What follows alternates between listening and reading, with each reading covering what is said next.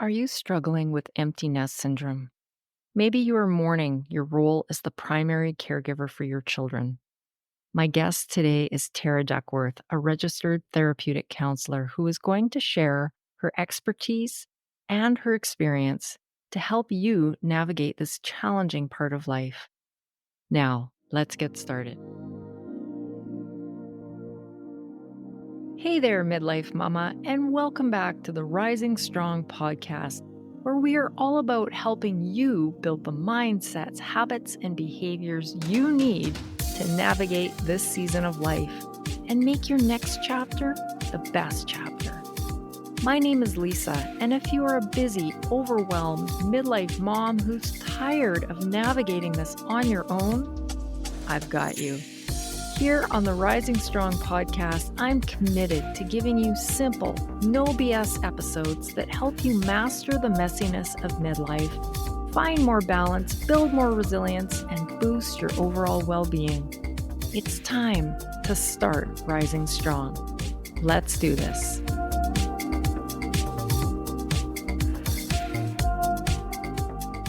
Tara and I met under some very unfortunate circumstances after the loss of my daughter.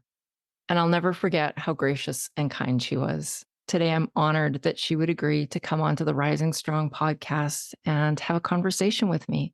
Welcome to the show, Tara. Thank you so much for having me.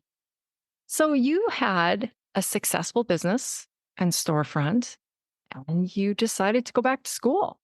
You became a registered therapeutic counselor. So, why the switch and why that path? Well, there were a few different things that were happening and that kind of led me to this decision. One, I moved 2 hours out of Regina. And so at that time I was commuting back and forth and it was a lot.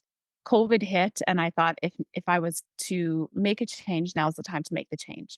And that's kind of those were like the two big factors. But before any of that, what I was finding is that in the work that I was doing, I was working with, so many grieving people. And I was creating memorial pieces for families who lost loved ones. And what I found was I understood because I had a piece of my own from people who had passed, and I understood the importance of having that tangible piece of someone. And I also found that there was a time and a place where people could come and pick up their pieces, and I would hear so much of their story. And so I thought in my mind, I want to be able to, rather than just a piece of something, And so I thought I could do that strategically where we could still be able to offer these pieces to families, but maybe I can also offer some support in the grief world. And so that was something that it came kind of organically to me. And I always thought, growing up through especially through my teen years, I always wanted to be a counselor. But I will get a little bit more into my story, I'm sure, but I had my son very early on, right after high school. And so I've always felt a pinch for time of like, I don't have time to go back to school right now to get a 4-year degree to be able to do the things. And so that kind of stood in my way. But when I landed on, the lasting impression fingerprint pieces, that was my way that I was able to connect with people and to be able to give back and to be able to help in a way that I'd never experienced before. The latter years, while I had solitude and soul, we struggled as a family. And my son really had a hard time. I've got 2 kiddos, aged 24 and 9. And throughout those years, my son's teen years, they were tumultuous, they were scary. There were a lot of gaps that I found in so many systems that are in place, and that really was the catalyst for me to go back and try to finish what I started so long ago in a different way. And so I feel like I've always had a really deep passion for teenagers. Teen years are hard. They were hard for me, and navigating them was really, really tricky. But navigating them with my son was a whole nother ball park that I never anticipated. So really that was the biggest push um, that led me into this new kind of career path. What I really want to dive into today with you is about this whole area around grief, but specifically around the loss or the feelings of loss when our kids move out of the house. They've finally grown enough, their wings are spread, and away they go. And we should be proud, and we are. But man, Mhm. there's a sense of loss. Can you share a little bit about your experience, not only as your son moved out and moved away from home, but as a counselor? Yeah, you know what? It's been very interesting actually as I reflect back on my own experience with grief. And again, like when I go back into those teen years, there were a lot of emotions that were coming up for me that I feel like I called them by their wrong name, and there was a pivotal moment in my own kind of healing journey and therapy journey where I landed on this idea of grief and I was like, "Oh shit, this is what this is. This ambiguous grief." And I never thought I was almost allowed to describe it in that way because I had never physically lost anyone. Nobody died, but there were so many things that died, of my thoughts of like what life would look like, thoughts of what a graduation might look like, thoughts of, raising the time lost from my daughter who had just, was just a baby when you're going through all of these different years. So it was very interesting to me because once I was able to land in this place of like, oh, I see what this is and understand it and treat it as such, did anything kind of move or process or heal for me? And so I really have taken that into account and consideration, especially when I am working with clients, regardless of if it is, their children are leaving the nest or whatever, through every milestone, I think through motherhood, there is grief. We're leaving something behind, we're losing something. And, in this place of empty nesting, I'm not really an empty nester. I feel like it's kind of maybe an unconscious thing where I was like, I know that I can't handle this. So I'm going to do them 15 years apart. So I don't have to totally, experience that. But, my son has moved away a couple of different times, but this last time he's now living in BC. So he's 2 provinces away. And this time feels different, it feels different, and there has been moments of grief that have come up, and what I mean by that is, sudden feelings of such sadness, of he's not at the dinner table tonight. I've got nobody, in our households, it's a breakfast in bed Sunday kind of a thing, and that's one of his favorite things. And still, when he comes home to visit, he's expecting, breakfast in bed on Sundays. But it's even that on Sunday morning, I don't have anybody to take this plate to. I don't have somebody to even nag at, get out of the shower, shut the water off, those kinds of things too. The things, and it's kind of tricky because it's almost the things that kind of felt like they were annoyances or they bugged me, are the things I miss the most. And I again, when I think about my journey throughout motherhood, especially with my son, there are so many times that I reflect back on like, I miss that so much. I wish I would have held on to that a little bit tighter. I wish I would have just taken the time to enjoy it, driving to football practice or having those conversations after a game, those kinds of things. There's such a loss in that. And so now it's a new wave, and it's a new wave and it can get a little bit confusing because there is such a sadness in missing him and missing all of those moments. And there's such excitement, in watching him bloom and blossom into this incredible human who's doing really cool things, and with some wonder of like, what's he gonna become? What's his life gonna look like? Those kinds of things. And then fear creeps in. And then, some doubt or some anger might come up, because of our past experience. So it's just kind of like ping pong balls around, which I think in my experience, that's great. There are days where there's just kind of like, oh, okay, I can, I can take that exhale. And there are other days where I'm hanging on to anything I possibly can. And so that has been my experience in relation to grief with my son and what I would refer to as like ambiguous grief. But nonetheless, life is not what it was a year ago. It's not what it was 5 years ago, 10 years ago. I still feel like I have a young boy clocked in my head at age 10, and I go back to that often, and I don't really know what that is or why that is there. But, sometimes I have to really remind myself he's not 10 anymore. And now I have to grow myself to kind of meet him in his growth too. That's a really interesting point that you bring up, to meet him where he's at. A couple of years ago, I realized that I wanted to learn more about grief, and not only through the lens of a grieving mother, but I'd worked in oncology for 30 plus years. I really had grief all around me. And there were so many great things that I learned. I just remember thinking at the time when I was still maybe more newly into grief, into more acute grief, I really selfishly thought no loss, no loss can be greater than the loss of a child. But as my life and my grief has evolved, I want to take those words back.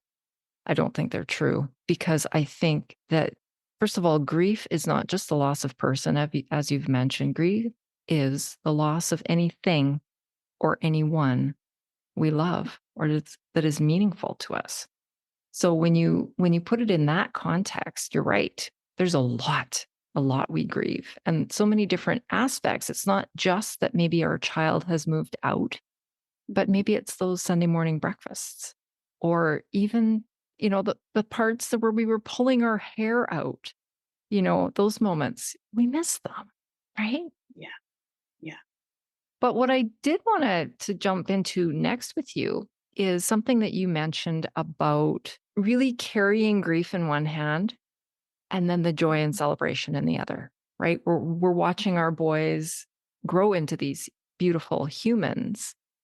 How can we balance that? There's so many balancing acts, I feel, as an empty nesting parent, or even a parent, maybe their child is still living at home, but they're an adult now. We've got to balance maybe the guidance part and the letting them spread their wings. Maybe we're balancing celebrating the great wins, but, you know, also supporting them on the stumbles. Can you speak to that balance a little bit? Yeah. For me, it's been such a kind of a wild ride because I do feel like because of our experience and the amount of fear and I would say trauma, from the teen years with my son, there is, Bernie Brown refers to it as foreboding joy. And I do experience that a lot where when, I can hold this excitement and I can hold this joy around what he's doing and what he's creating and the beautiful life that he's, in and living, and then there's a piece sometimes of joy that comes in or a fear that comes in that's like, better watch out. Next week's a new week. What are his cycles looking like? This could go sideways. Don't get too happy. Or don't get too excited because that might not happen. Those kinds of things that kind of rob that. So for me, when I think about balance, I don't know that I don't balance much. I do hold two things, though, at the same time. There are parts of me that I can acknowledge, and I think that's for me been the biggest piece, as well as walking with other just individuals, in my practice, recognizing first of all what is there emotionally, energetically, what is there, what is being held, allowing it to be there, understanding, and then making a choice, being able to make a choice of, do I want to challenge this fear? What do I want to do with this? Am I going to sit in this or am I going to come over here? You know, I can be scared and I can still be full of joy and understanding that that's okay. Whereas I feel like we live so much of life on a binary. It's either this or it's that, all or nothing kind of thinking where two things can be true. I'm so excited to tell you that I've joined forces with Promptly Journals. I've been a fan for years and love that they are Oprah approved. They literally have a journal for everything, but I really love their calming journals. And yes, they're prompted, which is a very effective way to manage your mental well being. So if you're interested, go to bit.ly/calming journals. That's bit.ly/calming journals. Now, back to the show. Yeah, that was a big pivotal moment in my own grief journey as well, because I remember this point walking down a beach in Nanaimo on a gorgeous, gorgeous, gorgeous day. And it was about 6 or 7 months after we lost Katie. And I just remember being in the moment, and the sun was shining, the ocean was sparkling, everything was just perfect. And I remember tipping my head up towards the sun and smiling and actually truly being happy for a moment. But then Like, it was almost like I could hear the car tires screech, like, "What are you doing? Like, you can't be happy. You cannot be happy. Your daughter died. What is wrong with you?" Yeah. But then as I walked down the beach, kinda questioning myself, "Well, did you forget about Katie because you smiled? No. Mhm. Are you done grieving because you smiled? Heck no." And that was like a real big revelation in my grief was that I realized that I could experience these different feelings at the same time and not feel guilty about them. That was the other piece of the puzzle for me was guilt. Yeah, absolutely. Absolutely. I think it does, and I work a lot in my private practice in regards to, negative core beliefs and that kind of thing, but in hearing you talk about that, the thing that comes up is, reminding ourselves, "I'm deserving of joy. I'm deserving of peace. I'm deserving of this calm moment right now." Reminding ourselves of that, because you're right, guilt comes in, but guilt's a bugger Mhm. and kind of is another one of those things that can rob us. And I think the other piece of it too, I speak about the fear that kind of comes in. And one of the practices that I have is acknowledging that it's there, thanking it. I know you're trying to protect me. I know we're going to worst case scenarios because you're just trying to, set the stage so it's easier if it happens, those kinds of things. But I got it. Touching back in kind of on that like inner trust and it's a practice. I feel like my rebound's getting real quick, where I can acknowledge that this is what's happening and I can catch it. I don't sit there as long. And that is something that I often work with clients with. It's just like it's not about getting rid of anything. Mhm. It's not about getting rid of any feelings or emotions. It's not about that. It's about acknowledging that they're there and working with them, asking them what they need and allowing yourself to give permission for it to be there and get its needs met. That is so good. So good. Especially when I was in acute grief. I just wanted to get rid of it. And yet that would be the equivalent of me throwing my love for Katie away because that's what it is. So, what words of wisdom might you have for a midlife mom or a parent who is really struggling with this grief of their children growing up? Maybe their children moving out, maybe, moving away, like you say, 2 provinces away. What words of wisdom would you have for them? I would say get really curious on what it is that you're feeling. One, allowing grief, kind of sitting down with this idea of grief, acknowledging that perhaps it is there, calling it what it is. And again, making, sometimes it's helpful for many people to make like a list, get something out on paper that's tangible. Make a list, all the things you miss. For a lot of people, it's that there's a resistance to that because, well, I don't want to do that. That's gonna make me sad. Well, sometimes grief is sad, and sometimes there are pieces that need to be spoken or need to be expressed in a way. Make the list. I miss the Sunday breakfast. I miss nagging at you to get out of the shower. I miss having the piles of laundry. I miss all of these things. I miss hearing you laugh. Those kinds of things. What are the things that you miss? And really just sitting with those and going, you know what? It makes sense that I'm feeling this way. Of course, I'm feeling this way. And you know what I think someone could do with a list like that? I'm all about the 1% shifts Hmm. and doing the Yeah. little things. And I'm thinking to myself, okay, if I make this list, why I'm missing my son since he moved out. And like you say, the way he makes me laugh or whatever, maybe those I can then ask myself, well, what can I do to bring that back into my Mhm. life? You Yeah. may not get breakfast in bed all that often with your son, Yeah. but maybe there's something else that you can look at. Well, I love his laugh. Well, maybe make a lunch date. Mhm. Go out for lunch, do something fun together. Or you could even write those things in a letter to your Mhm. child. These are the Mhm. things that I love and adore and miss about you living at home.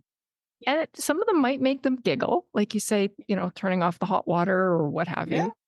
But what a Yeah. great way to communicate with your child and to just let them know that you do miss those things and that you do cherish Absolutely. all of the times, the good, the bad, and the ugly. Yes. Absolutely. And I think the other part too about doing something that's tangible, like a list, is that once you make the list, There's almost a reminiscence that happens while you're making that list, and notice how you feel. Often there is a feeling of lightness because we have done a bit of a swing. I mean, you can't reflect on something, silly that you did or the last belly laugh that you have and be sad in that, because what happens is you're writing down your sadness, but then there's a little bit of a, think of it as like a pendulum. We're over here kind of maybe in some sorrow or some sadness, and we put it down, we release it, that ball swings to the exact same degree over here. So we do have this little feeling, this little twinge of what I would refer to as joy or love, however you want to, describe it or refer to it. But that little ball just swings back and forth as we release. If we hold a pendulum ball like this, it doesn't go the same degree to this other side. We have to let go. There has to be some kind of a release in regards, it's like the law of gravity. So to the degree that I pull something over here and I let go, to the same degree does it swing me up. And when working with emotions, that is something that I always do with clients, is have them understand that to the degree I'm going into the shitstorm is to the same degree I'm going to swing over into this bright, so that there's always that constant swing. So in something as simple as, yes, a letter writing, or making the list, we can do those kinds of things. And that's exactly what we're doing. We're just getting that little ball to swing. And the awareness piece too that you mentioned Mhm. earlier. Yeah. Yeah. Hard. It's a tricky time, and I think there's so much. We've talked a lot about, like the empty nest and having your child leave home and that kind of thing. But there's also a renegotiation that happens with you, and so there can be even in the area of grief of like, I'm missing the role that I played. I'm missing making the lunches. I'm missing being the mom. I miss it, doing those things. So also figuring out what parts of that can you still do. It's not a one and done. They leave the nest and we're done. There's a reel that's floating around that I've seen from probably about the last year that's like, remember, you only have 18 summers. And I'm like, BS. It's not, you don't have 18 summers. You have as long as you have a lifetime. That's right. As long as you have a lifetime. It's never here's your 18 years and then it's done. Does the relationship change? 100% change it. It evolves just as everything does. Well, and I think in any relationship, there's two people or more. Mhm. Yeah. And therefore, we can take a role and a responsibility to encourage that relationship and maybe make it blossom. And for some people, I think I see relationships with adult children even being more loving and more close, and it can be better in some situations. Absolutely. Yes. So, what are the permissions that we need to give ourselves as midlife moms Mhm. to flourish and grow ourselves outside of this role as a parent? Mhm. I think what comes to mind is like when we have kids that leave the nest, and we create more time. We have more time. We're not no longer necessarily on autopilot. So we can get really intentional around like what do I imagine my motherhood looking like? Well, what am I doing in the next year or 5 years? What are the pieces that I really like?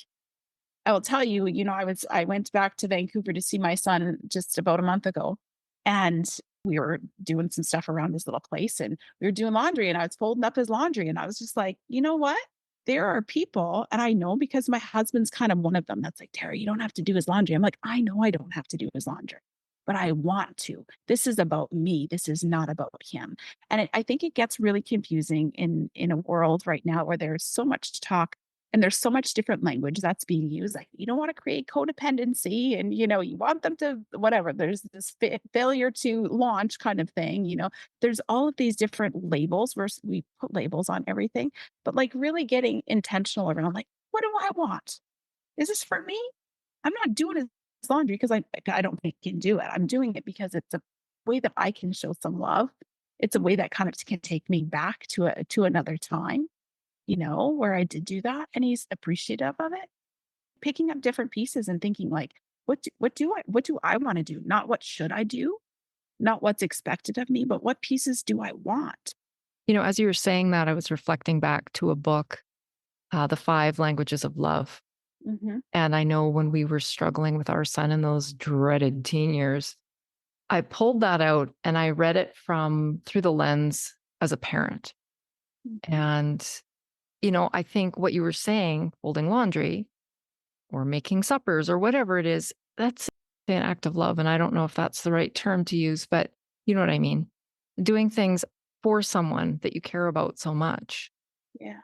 And our love languages and our kids' love languages might be different, but I think that we can still express things. I love to cook for my son. Mhm. I love when he stops over. I love to send him home with, a care package of Yes. a Yeah. week's worth of food. It Yeah. makes me feel good. It makes my mom heart feel good.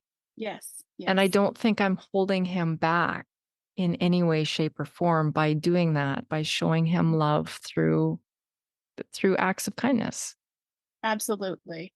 The love languages is such an incredible resource. I have done it with both of my kids, but for my son, it's acts of service and words of affirmation are his Mm. 2 love languages, and that was really eye-opening, for me, but it was interesting because not that long ago, we were talking and I was like, "What is your favorite memory?" Like, when you think back, like, what's your favorite memory? And for the first 15 years, 14 years of my son and I's life, it was him and I. We lived like, it was him and I. And sure, he had family and his dad was there and stuff, but it was him and I. And so we spent a lot of time together. We grew together. He watched me grow just as much as I watched him grow. But his answer to that was shocking to me. And he said, I remember, mom, one time I was sick from school and I was in my room and I was playing on my computer and you came and brought me a hot cup of hot chocolate with all of these marshmallows. And I was just like, that's it. Like, we went to Disneyland, we went to Disney World, like we've done these things, right? But it was such a pivotal moment because I was like, that's what it's about. The smaller, the simpler, the more granular, almost the better. That's what the remembrances are. So it is an invitation, for anyone to sit down and have those conversations. Like, what is it? Because then you have an idea. There's an opening of curiosity of like, okay, how can I pull that out and continue doing something like that? Because that meant something to Absolutely. I think that them. Mhm. circles back to those 1% shifts, those 1% actions. Like, we don't have to go to Disney World to have an amazing memory made for our kids, that just Yeah. those 1% moments. And I think Yes. I also reflect back to that quote, and I'll probably mess it all up here, but it's all about how we make people feel. And clearly in that moment, your son felt seen and heard and validated and so loved. Yeah. So Yeah. loved. So for moms who are So maybe at this point in their lives and they're thinking, okay, my son, daughter, my children don't really need me as they once did. mhm. How can moms find a new sense of purpose, a new, maybe in their mind's eye, see what the next chapter might bring for them, and to Mm, be maybe to spread their own wings? absolutely. Yeah, I think having a curiosity on like, what is it that makes me tick? What is it? Is it caring for people? There are a lot of moms that spend parents, not just moms, but parents that just like totally are that's their life, is their family and their kids. That doesn't change, it doesn't have to change. But in that, questions to ask yourself of like, okay, this is what I've done, but what has that given me? What does caring for someone give me? What does that do for me? And how can I take that and put it in somewhere else, a different space? Is there somewhere else that my care would be wanted? Is there somewhere else that I can put that? The other piece of it too is like thinking back to before you had kids, because life gets wild and crazy and busy when we have children. But going back child, even in your own childhood, what did you do? What did you like to do? Maybe you loved animals. Okay, perfect. You've got time now. You go and find some animals. If you were into art and you loved art, fantastic opportunity, to be able to immerse yourself into something creative, perhaps, finding those little things, joining a sport or a club or a team or whatever. Those things are. Permission's a tricky one is for a lot of people, especially women. We know what we want. Often we know what we need, but we don't give ourselves permission to actually have the thing. So that sometimes can be a real struggle. But yeah, allowing your mind to go back and go, you know what do I want? How do I want to live out this next 30, 40, 50 years? It's opening up the door of possibility. You don't have to commit to any one thing. You don't have to No. do anything radical or anything, Yeah. but just give yourself permission to be curious Yes. and check things out. Absolutely. Try things on, and again, I think the simpler that you can get your little tries, the better. It might even be, you know what? I would really like to, I don't know, make homemade tea. I'd like to dry out some flowers. I'd like to make tea. Fantastic. Do that. Something really, really small. It doesn't have to be these great, big, huge life shifts and changes. Start out something really, really small and then notice how you feel after you do the thing. Notice where your mind goes. Notice what happens. And then you grow on that. Oh, I really like that. Maybe I'm going to try this. You know? Yeah. I think it all begins with the realization that we are important too. I did a podcast episode on that actually just came out the week that we're recording. Mhm. And it took me a long time, like I will say into my 40s, if not into my 50s, when I could say it with confidence that I'm important too. Because normally I was number 57 on the list of important things, Yeah. right? Yeah. And Absolutely. that took me that long. And I think when we can realize, yeah, I'm important too, and I deserve an hour a week Mhm. or whatever it is, Yeah. whatever it Yeah. is. Yes. For sure. So, if our listeners would like to get a hold of you, check out your Mhm. website, all your resources, and all the great things you're doing, where's the best place Mhm. for them to go and do that? Yeah. So my website is just taraduckworth.com. And I hang out mostly on Instagram. That's kind of more my place. Instagram, Facebook, but mostly Instagram. And my handle is Mrs. MSTARA Duckworth on Instagram is where you can find. Awesome. Thank you. Yeah. Thank you. Thank you for being here today. I just love this conversation, and I know that many people are going to resonate with it. Well, thank you so much for having me. That's it for this episode. Thank you for making Rising Strong part of your day. Did this episode inspire you or encourage you to make a change? I hope so. Then there are 3 ways to say thank you. 1, leave a review on Apple Podcasts. 2, take a screenshot of this episode and share it on social media and tag me at Rising Strong Podcast. 3, share it with someone who might be feeling a little stressed and overwhelmed. Thanks again for listening to Rising Strong. Stay well and be resilient.